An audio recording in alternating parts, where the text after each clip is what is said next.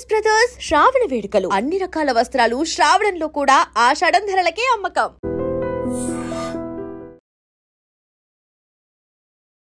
నమస్తే, welcome to iDream social spotlight with కవిత.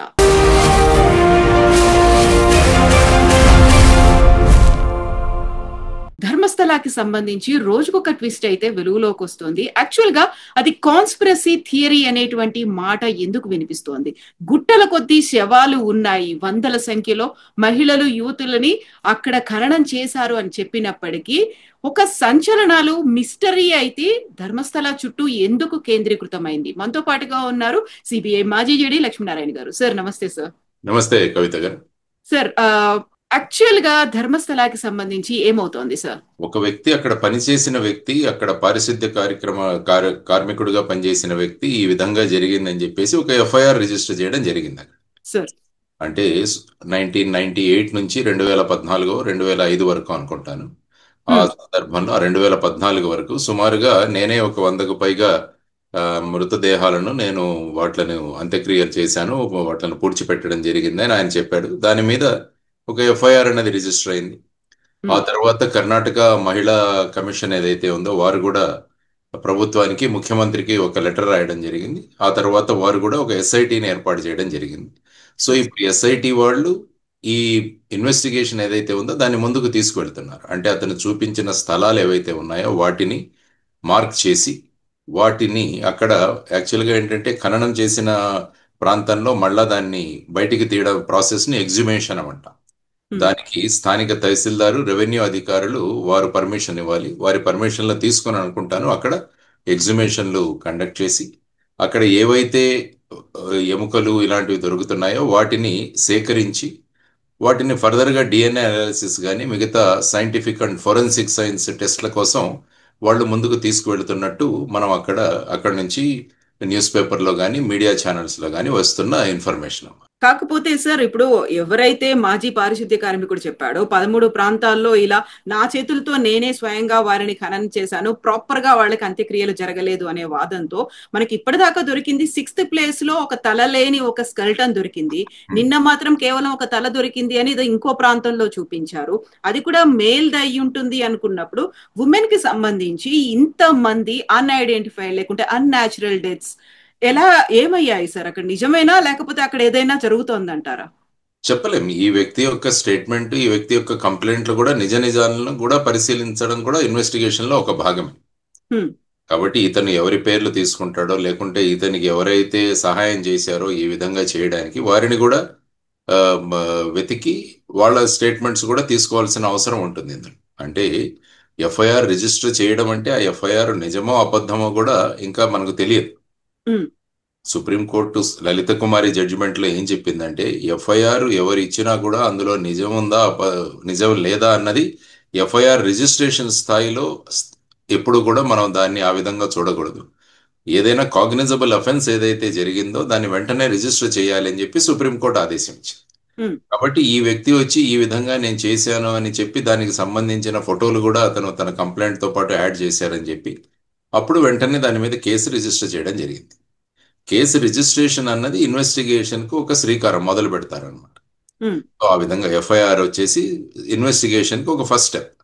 ఆ తర్వాత ఇక టీమ్స్ ఫామ్ చేయడము, అతను చూపిన ప్రదేశాలకు వెళ్ళడం, అక్కడున్న ప్రాంతాన్ని పరిశీలించడం, ఆ తర్వాత అక్కడున్న ఎవిడెన్స్ ఏదైతే ఉందో దాన్ని బయటికి తీసుకురావడం, దాన్ని ఈ ఏవైతే అవశేషాలు ఉన్నాయో అవి మనిషివా నెంబర్ 1 మనిషివి అని నిర్ధారిస్తే అవి స్త్రీయా పురుషుడివా, సో దాన్ని బట్టి మళ్ళా వయస్సు ఎంత ఉండొచ్చు, ఇలాంటివన్నీ కూడా ఫోరెన్సిక్ అండ్ డిఎన్ఏ అనాలిసిస్ లో తేలుతుంది. ఆ తర్వాత అతను చూపిన ప్రదేశాలన్నింటిలో కూడా ఈ ప్రాసెస్ నడుస్తోంది. కేవలం మనకు వాళ్ళు అఫీషియల్ గా ఎక్కడ కూడా ప్రెస్ నోట్ కానీ ఏది రిలీజ్ చేయలేదు, కానీ ఇక్కడ ఈ మీడియాలోనూ తర్వాత యూట్యూబ్ ఛానల్స్ లోనూ వస్తున్న దాంట్లో 6వ నెంబర్ స్పాట్ లో కొన్ని అవశేషాలు దొరికాయి. అందులో అవి మనిషివని ఇది ఎస్ఐటి ఇంతవరకు ఏమీ మాట్లాడలేదు. యాక్చువల్గా న్యూస్ ఛానల్స్ మాట్లాడుతున్నాయి. సో అందుకని ఎస్ఐటి వాళ్ళ ఇన్వెస్టిగేషన్ వరకు మనం వెయిట్ చేయాలి.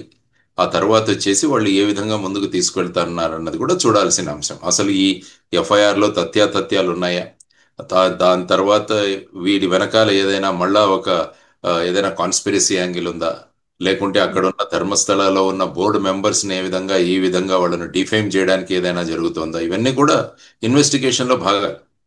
ఇన్వెస్టిగేషన్లో it is part of the investigation. So వాటన్నింటినీ కూడా ఈ స్పెషల్ ఇన్వెస్టిగేషన్ టీం అన్నది వాళ్ళు బయటికి తీసుకొస్తారు.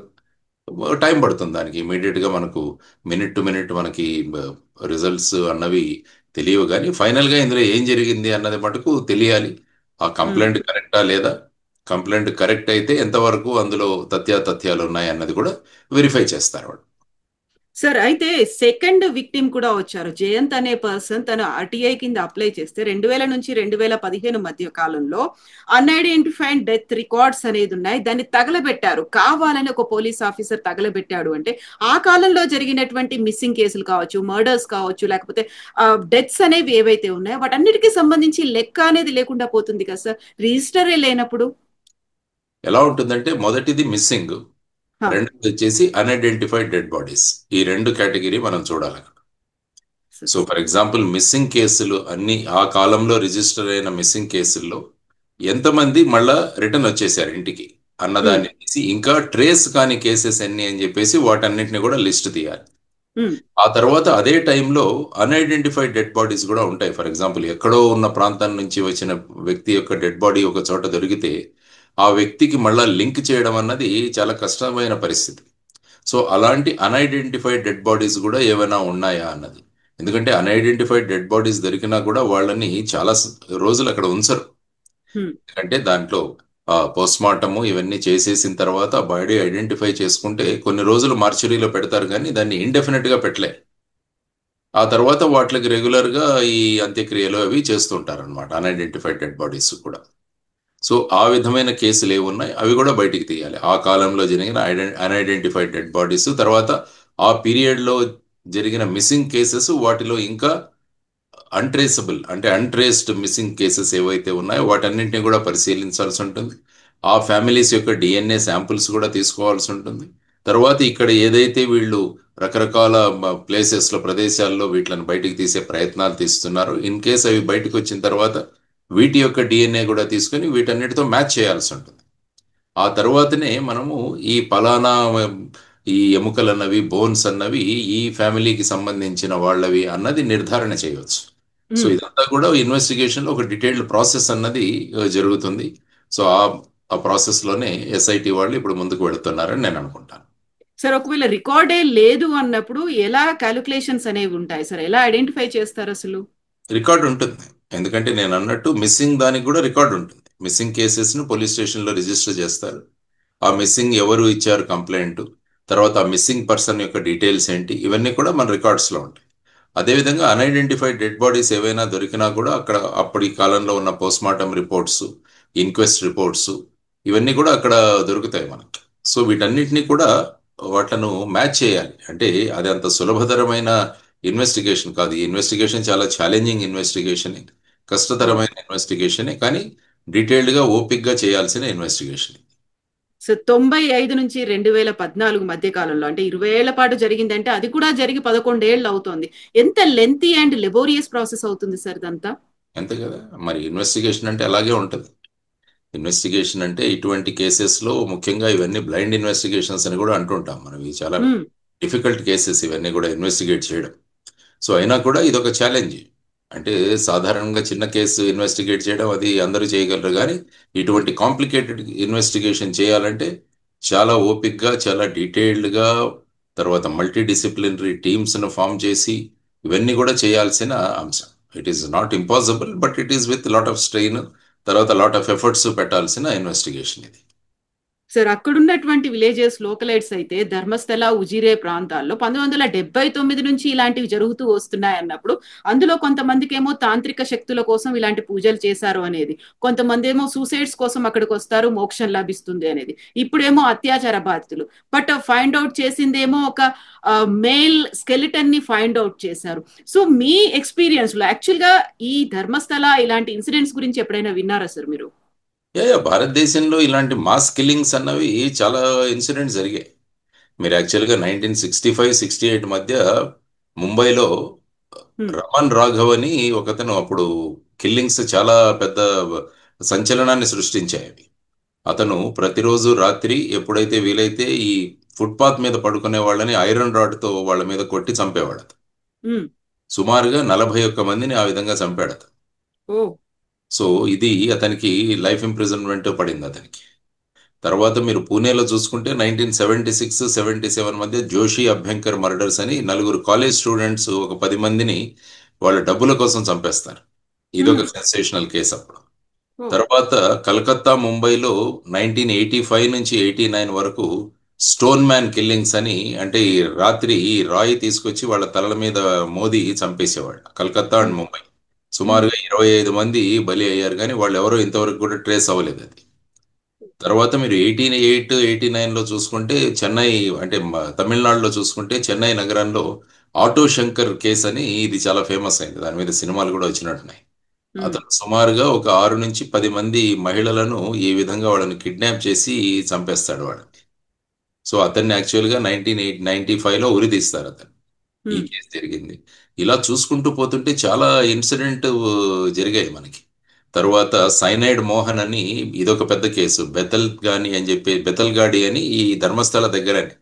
అతను ఉమ్. సుమారుగా ఒక 20 మంది ఆడవాళ్ళని పెళ్లి చేసుకుంటానని చెప్పి వాళ్ళని పెళ్లి చేసుకొని ఫేక్ డాక్యుమెంట్ సృష్టించి ఆ తర్వాత వాళ్ళని ఈ ఫ్యామిలీ ప్లానింగ్ పిల్స్ అని చెప్పేసి సైనైడ్ మాత్రలు ఇచ్చేసి వాళ్ళని చంపేశాడు. ఓ. సో అది సైనైడ్ మోహన్ కేసు అంటారు దాన్ని. ఉమ్. సో అతనికి కూడా మల్టిపుల్ డెత్ సెంటెన్సెస్ అతను పడ్డాయి. తర్వాత నిఠారీ కిల్లింగ్స్ అని 2005-6లో నోయిడాలో జరిగాయి ఇవి. ఉమ్. నోయిడాలో సుమారుగా 18 మంది 20 మంది మహిళలను పిల్లల్ని చంపేసి నిఠారీ కిల్లింగ్స్ అని, అది కూడా ఒక ఫేమస్. సో ఈ విధంగా మీరు చూసుకుంటూ పోతుంటే ఇలాంటి ఇన్సిడెంట్స్ జరుగుతూనే ఉన్నాయి అనేక ప్రాంతాల్లో. సో ఇది కూడా ఒక ఆ విధమైన సంచలనాన్ని సృష్టించిన కేసు. నేను చెప్పిన ఆ పైన కేసులన్నీ కూడా ఆ సమయంలో చాలా సంచలనమైన కేసులు అయ్యాయి ఇవన్నీ కూడా. ఉమ్. సో ఇలాంటి ఇది తర్వాత సతీష్ అని కాన్పూర్ స్కూల్ కిల్లింగ్స్ అని కూడా 2001లో ఒకటి జరిగింది కేసు. అందులో ఉమ్. కూడా సుమారుగా సతీష్ అన్న వ్యక్తి 14 మంది చిన్న పిల్లవాళ్ళని వాళ్ళని మర్డర్ చేస్తాడన్నమాట. ఓ. సో ఇది కూడా అతను కూడా డెత్ సెంటెన్స్ ఇచ్చారు అతనికి. సో ఇలాంటి కేసుల కోవలో ఈ కేసు కూడా ఇప్పుడు సంచలనం సృష్టిస్తోంది. దానిలో సత్యాసత్యాలు బయటికి తీసుకురావాల్సిన పనిలో ఎస్ఐటి ఉందన్నమాట. సార్, అక్కడేమో ఇండివిజువల్స్ చేశారు, లేకుంటే ఒక కొంతమంది గ్రూప్ ఆఫ్ పీపుల్ పదుల సంఖ్యలో జరిగాయి డిఫరెంట్ డిఫరెంట్ ప్లేసుల్లో. బట్ ఇదంతా కూడా ఒక ధర్మస్థలం, తీర్థక్షేత్రం చుట్టూ జరుగుతున్నటువంటి వ్యవహారం దశాబ్దాల తరబడి అవుతోంది. రాజకీయం పలుకుబడి అక్కడ ఉన్నటువంటి అధికారులు, పోలీసులు అందరూ కలిసి అనగదొక్కుతున్నారు, బయటికి రాకుండా చేశారు అనేది కదా విజిల్ బ్లోవర్స్ చెప్తోంది. యాక్చువల్గా ఇంత పెద్ద పవర్ లాబీయింగ్ అనేది అవుతున్నప్పుడు, ఇంత ప్రెషర్ అనేది అక్కడ ఉన్నప్పుడు, ఎట్ ద సేమ్ టైం మళ్ళీ కాన్స్పిరసీ థియరీ అనేది వస్తోంది కదా సార్. ఇప్పుడు దీన్ని ఐడెంటిఫై చేయడం అనేది అంత ఈజీ కాదు అనుకున్నప్పుడు ఎంత టైం పడుతుంది అనుకుంటున్నారు సార్ మీరు ఇది? సాధారణంగా ఒక 3 నెలల్లో దీన్ని చేయొచ్చు. ఇందులో మెయిన్గా ఏంటంటే బేసిక్గా ఆ స్పాట్స్ నుంచి మనం తవ్వి అక్కడ ఉన్న బోన్స్ని కానీ ఇంకా ఏమైనా అవశేషాలను కానీ బయటికి తీసుకురావడం, ఇది నంబర్ 1 స్టెప్. తర్వాత వాటి డిఎన్ఏ అనాలిసిస్ చేయడము, తర్వాత age of bones ossification test చేసి దాన్ని తీసుకురావడం, తర్వాత డిఎన్ఏ, తర్వాత వచ్చేసి అట్ ది సేమ్ టైం ఇంతవరకు అన్ట్రేస్డ్ మిస్సింగ్ కేసెస్ అన్నిటిని చూసి వాళ్ళ డిఎన్ఏ తీసుకొని వాళ్ళ డిఎన్ఏ శాంప్లింగ్స్ తయారు చేయడం, తర్వాత వీటికి వచ్చిన డిఎన్ఏతో వీటిని మ్యాచ్ చేయడము, మ్యాచ్ చేసి మళ్ళా వాటిని లింక్ చేయడం. ఎందుకంటే రేపు ఫైనల్గా ఈ కేసులన్నీ కూడా కోర్టులోకి తీసుకువెళ్ళాలి. కోర్టుకు తీసుకువెళ్ళినప్పుడు మన ఎవిడెన్స్ ఎలా ఉండాలంటే ఖచ్చితంగా ఇది జరిగింది అన్నది ప్రూవ్ చేయగలగాలి. అదే మన దేశంలో ఉన్న క్రిమినల్ జస్టిస్ సిస్టమ్. ప్రూవింగ్ ఏ కేస్ బియాండ్ రీజనబుల్ డౌట్ అంటారు. ఇది అయి ఉండవచ్చు అన్నదానికి కుదరదు మన కోర్టుల్లో. మన కోర్టుల్లో ఇది అయ్యింది అని ప్రూవ్ చేయాలి. అప్పుడే వాళ్ళకి శిక్ష పడే అవకాశం ఉంటుంది. అసలు ఎవరు ఉన్నారు దీంట్లో, వీడి వెనకాల ఎవరి యొక్క ప్రోద్బలంతో ఇది జరిగింది, ఎవరు ఈ విధంగా చేశారన్నది కూడా, అది కూడా ఒకటి. తర్వాత మెయిన్గా ఏంటంటే ఈ వ్యక్తి నిజం చెబుతున్నాడా లేదా అన్నది కూడా ఇంకొక మార్గం, అది కూడా ఇంకొక యాంగిల్ అది కూడా ఉంటుంది. ఈ వ్యక్తి నిజం చెబుతున్నాడా లేదా అన్నది కూడా ఆ దృష్టి నుంచి ఎవరినైనా ఈ విధంగా ఫిక్స్ చేయడానికి చేస్తున్నారా అన్నది కూడా ఒక వైపు వాదనలు వినిపిస్తుంది. సో ఇన్వెస్టిగేషన్లో రేపు ఇవన్నీ కూడా కోర్టులోకి వస్తాయి. కాబట్టి ఎవరైతే వ్యక్తులు ఉన్నారో వారు ఈ విధమైన వాదనలు కూడా తీసుకొస్తారు. కాబట్టి ప్రాసిక్యూషన్ అన్నది, ఇన్వెస్టిగేషన్ అన్నది వీటన్నిటికీ కూడా ఒక సమాధానం ఇవ్వాలి. అప్పుడే ఆ కేసు రేపు కోర్టులో వెళ్ళి నిలుస్తుంది అన్నమాట. సో ఆ విధంగా నేను అనుకోవడం ఒక 3 నెలల నుంచి 6 నెలల లోపల దీన్ని, ఎందుకంటే వాళ్ళు ఆల్రెడీ ఒక 35-40 మందితో స్పెషల్ ఇన్వెస్టిగేషన్ టీం ఏర్పాటు చేశారని నేను పేపర్లో చదివాను. చిన్న చిన్న టీమ్స్గా వాళ్ళను డివైడ్ చేశారు. తర్వాత ఫోరెన్సిక్ ఎక్స్పర్ట్స్ కూడా వాళ్ళకి మద్దతుగా ఉన్నారు. సో ఇవన్నీ కూడా చేసుకుంటూ పోతే వీటిని, ఎందుకంటే మొదలు పెట్టగానే కొన్ని దొరికినా కూడా అట్లీస్ట్ వాటిలతో చార్జ్ షీట్స్ ఫైల్ చేయడం కూడా మొదలు పెట్టచ్చు వాళ్ళు. సో స్టార్టింగ్లో ఇప్పుడు జరుగుతున్న ప్రయత్నాలు మనం చూడాలి. Sir way back in 20 years, 25 years, 30 years అలాంటివి ఏమైనా ఐడెంటిఫై చేసినప్పుడు డిఎన్ఏ టెస్ట్ చేయడం అనేది అంత ఈజీ అయినా సార్, దాంతో ఐడెంటిఫై చేయొచ్చు అంటారా? అంటే అది కూడా ఒక మెథడ్స్ ఉంటాయి. డిఎన్ఏ అన్నది, ఎందుకంటే మనకి ఏదైనా బాడీలో ఒక పార్ట్ దొరికితే దాని నుంచి డిఎన్ఏ తీయడానికి అవకాశం ఉంది మనకి. సో అది మీరు అన్నట్టు కూడా ఇది కూడా ఒక ఛాలెంజ్. డిఎన్ఏ శాంప్లింగ్ చేయడం కూడా ఇట్స్ ఎ బిగ్ ఛాలెంజ్. ఎందుకంటే అప్పుడు ఇమీడియట్ గా ఉన్న డెడ్ బాడీ నుంచి డిఎన్ఏ కలెక్ట్ చేయడం చాలా సులభం. మ్మ్. కానీ ఇన్ని సంవత్సరాల తర్వాత ఆ తర్వాత ఇవన్నీ కూడా బోన్స్ గా కన్వర్ట్ అయినప్పుడు బోన్ నుంచి కూడా డిఎన్ఏ తీసేయడం అనేది ఒక మెథడాలజీ అయితే ఉంది. కానీ ఇట్స్ నాట్ కష్టతరమైనదే, కానీ ఇట్ ఈస్ నాట్ ఇంపాసిబుల్ దాన్ని తీస్తారు. సార్ ఇప్పుడు నేత్రావతి నది కావచ్చు, లేకుంటే అక్కడ వెస్టర్న్ ఘాట్స్ అనేవి దట్టంగా ఉన్నాయి. ఎట్ ద సేమ్ టైం వానలు వరదలు వచ్చినప్పుడు అక్కడ కొట్టుకుపోయే ఛాన్సెస్ కూడా ఎక్కువ ఉంటాయి కదా సార్. ఏవైతే 13 స్పాట్స్ ఐడెంటిఫై చేశారో అనుకున్నప్పుడు 20-25 ఏళ్ల తర్వాత అక్కడ ఉన్నటువంటి ఎకాలజీ అంతా మారిపోయి ఉంటుంది కదా సార్. ఉంటుంది. ఇవన్నీ కూడా రేపు ఇన్వెస్టిగేషన్ లో, తర్వాత రేపు ట్రయల్లో వచ్చే అంశాలే ఇవన్నీ. సో డెఫినెట్ గా రేపు ఎవరైనా నిజంగా ఇవి చేసి ఉంటే వాళ్ళందరూ కూడా ఇవన్నీ కూడా సందర్భాలు బయటికి తీసుకొస్తారు. వాళ్ళ డిఫెన్స్ ని వాళ్ళని సమర్థించుకోవడానికి. అసలు జరగలేదు, ఇవన్నీ కూడా ఎక్కడి నుంచో కొట్టుకొచ్చాయి, ఇలా రకరకాల వాదనలు అక్కడ తీసుకొచ్చే అవకాశం ఉంటుంది. కాబట్టి రేపు వచ్చే వాదనలన్నీ కూడా పరిశీలించి వాటిని ఎలాగ కౌంటర్ చేయాలన్నది కూడా ఇన్వెస్టిగేషన్ ఆర్ ఇన్వెస్టిగేటర్స్ ముందున్న ఒక ఛాలెంజ్. సో వాళ్ళు ఈ అంశాలు కూడా పరిశీలించాల్సిన అవసరం ఉంటుంది. మీరు వెళ్ళొచ్చారా సార్ ధర్మస్థల గురించి మీకు ఇంత ముందు లేదు, తెలుసా? నేను ధర్మస్థలకైతే వెళ్ళాను. నేను అది ఒక పెద్ద తీర్థక్షేత్రం. అది మంజునాథుడి ఆలయం ఉంది అక్కడ. అది ధర్మస్థల ట్రస్ట్ కూడా చాలా పెద్ద ట్రస్ట్. అక్కడ ఆల్మోస్ట్ మేము వెళ్ళినప్పుడు కూడా వేల సంఖ్యలో అక్కడ భక్తులు చూసాం మేము. అక్కడ అన్నదానాలు కూడా అదే స్థాయిలో అన్నదానాలు ఉంటాయి. వాళ్ళు కూడా ప్రసాదం కూడా అరేంజ్ చేస్తారు అక్కడ. వాళ్ళు కూర్చొని అక్కడ కూడా ప్రసాదం కూడా స్వీకరించడం జరిగింది. ఆ ప్రదేశం చాలా ధార్మిక స్థలము, విశిష్టమైన. కర్ణాటకనే కాదు, అనేక రాష్ట్రాల నుంచి కూడా ప్రజలు అక్కడికి వెళతారు. ధర్మస్థల అన్నది is one of the very important pilgrimage centres మన ఇండియాలో. సో అటువంటి ప్రాంతంలో ఇది అనడం జరిగింది అనడం తలుచుకుంటే చాలా ఆందోళనకరమైన విషయం ఇది. సో ఇందులో నేను బేసిక్గా అదే చెప్పాను. ఎఫ్ఐఆర్లో ఉన్న తథ్యాలు పరిశీలించాల్సిన అవసరం కూడా ఉంది. అక్కడ ఏదైనా మళ్ళా మేనేజ్మెంట్లో గొడవలు ఏవైతే ఉన్నాయా ఇవి కూడా బయటికి తీసుకురావాల్సిన అవసరం. అంటే ఒక గ్రూప్ని ఇంకొక గ్రూప్ డిఫేమ్ చేయడం, లేకుంటే వీళ్ళకి ఏదైనా పొలిటికల్ అఫిలియేషన్స్ ఉంటే అపోజిషన్ పార్టీస్ ఏమన్నా ఈ విధంగా డిఫేమ్ చేయడానికి ఏమన్నా ప్రయత్నాలు. ఎందుకంటే ఇన్వెస్టిగేషన్లో everything should be ruled out. అదే ఇన్వెస్టిగేషన్ అవుతుంది అన్నమాట. యా 13 స్పాట్స్ అన్నారు, 11 స్పాట్స్ అయిపోయాయి. ప్రామినెంట్ గా ఎస్ ఐడెంటిఫై చేశాము అనేంతగా అయితే అక్కడ కనిపించట్లేదు. ఎట్ ద సేమ్ టైం అక్కడ ఉన్నటువంటి జైన్ గ్రూప్స్ కూడా మేము ప్రొటెస్ట్ చేస్తాము, ఎందుకంటే మమ్మల్ని డిఫేమ్ చేసే ప్రయత్నం జరుగుతోంది, కావాలని మమ్మల్ని వాడుకుంటున్నారు అనేటువంటి మాట కూడా వాడు యూజ్ చేస్తున్నారు. పాలిటిక్స్ కూడా ఎంటర్ అయ్యాయా అనిపిస్తోంది. ఇన్ని రకాల గ్రూప్స్ ఉన్నాయి. ఉంటుంది అంతే కదా. ఎందుకంటే బేసిక్గా ఒక వ్యక్తి ఇచ్చిన ఎఫ్ఐఆర్తో ఇది మొదలైంది. ఆ వ్యక్తి ఇచ్చిన ఎఫ్ఐఆర్ లో కూడా నేను ఇంతకుముందు చెప్పినట్టు ఎఫ్ఐఆర్ రిజిస్ట్రేషన్ స్టేజ్లో అందులో నిజం ఉందా లేదా అన్నది పరిశీలించాల్సిన అవసరం లేదు. ఎఫ్ఐఆర్ అయితే రిజిస్టర్ చేయాలి. ఆ తర్వాత అందులో ఉన్న అంశాలను బయటికి తీసుకురావడానికి చేసే ప్రక్రియనే మనం ఇన్వెస్టిగేషన్ అంటాం. ఆ ప్రాసెస్ నడుస్తుంది. తర్వాత ఇన్ కేస్ ఇలాంటిది ఏది జరగలేదంటే ఫైనల్గా ఇతను ఇట్లాంటి స్టేట్మెంట్ ఇవ్వడానికి కారణం ఏంటి.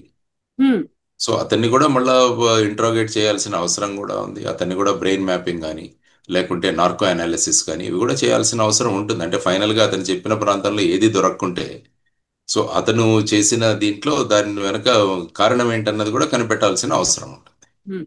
బట్ ఏది ఐడెంటిఫై చేయలేకపోయినప్పటికీ అక్కడ కొంతమంది తల్లులు ఏళ్ల తరబడి ఇంకా ప్రొటెస్ట్ చేస్తున్నారు కదా సార్. దాని మీద అయితే ఇన్డెప్త్ గా ఇన్వెస్టిగేషన్ చేయాల్సిన అవసరం ఉంటుంది కదా సార్.